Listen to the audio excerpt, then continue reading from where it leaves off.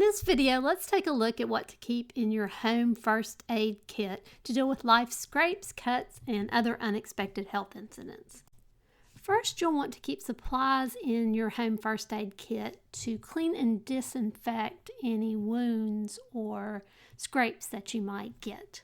For a wound, you'll want to use some wound wash, which is sterile saline solution. For your more minor scratches and cuts, first good solution would be a bar of soap and some clean water there at the house. You could also use some rubbing alcohol, which is only about 70% isopropyl alcohol and the other part water. Or in a pinch, you could use some hydrogen peroxide, although be very careful with that and don't leave that on for very long. You'll also want to make sure it's only the 3% solution. Also, when you're working on cuts and wounds, you'll want to wear sterile medical gloves if at all possible. And if you are sick or the person that you're working on is ill, it is advisable to place a face mask on as well to keep from spreading germs. Be sure to keep in your first aid kit a variety of sizes of bandages that you can put on your minor cuts and scrapes once they're cleaned. And I would also keep in a kit some moleskin that can be used to not only help prevent blisters, but if you have them, help protect those from getting any worse. And I threw in this picture because I forgot to put it in an earlier one, some betadine, which is also another type of antiseptic.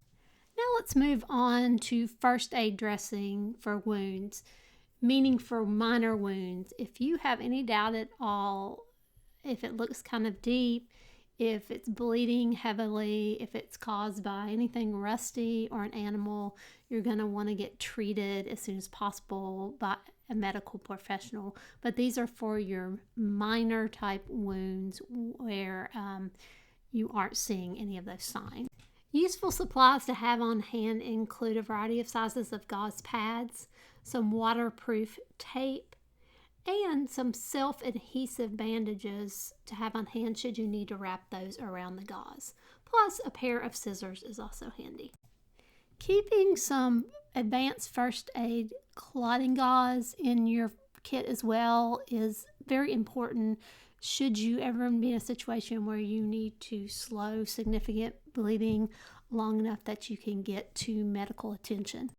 It's also a good idea to keep some basic medications in your home first aid kit.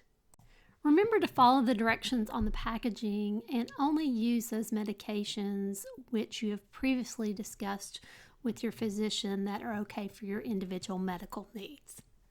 With these caveats, general handy over-the-counter medications to keep on hand include pain relievers such as Tylenol, Advil, or Aleve, Pepto-Bismol or Kaopectate for upset stomach and digestive issues, antacids such as Tums, toothache gels such as Oragel, allergy medication, maybe Claritin or Benadryl, some tweezers, and as mentioned earlier, a good pair of scissors. Make sure you add a thermometer to your kit as well. Now let's talk about some other items to keep in your kit along with some handy first aid storage tips.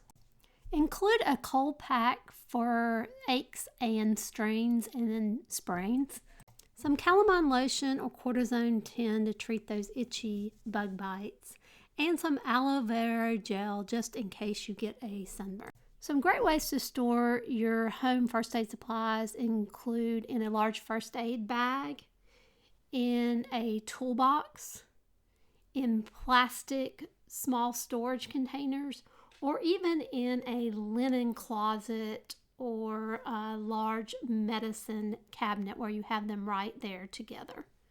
Just remember to keep your supplies in a location that is generally room temperature, that's not exposed to the elements, and look through your kit periodically to find any medications or other items that have expired and replace them.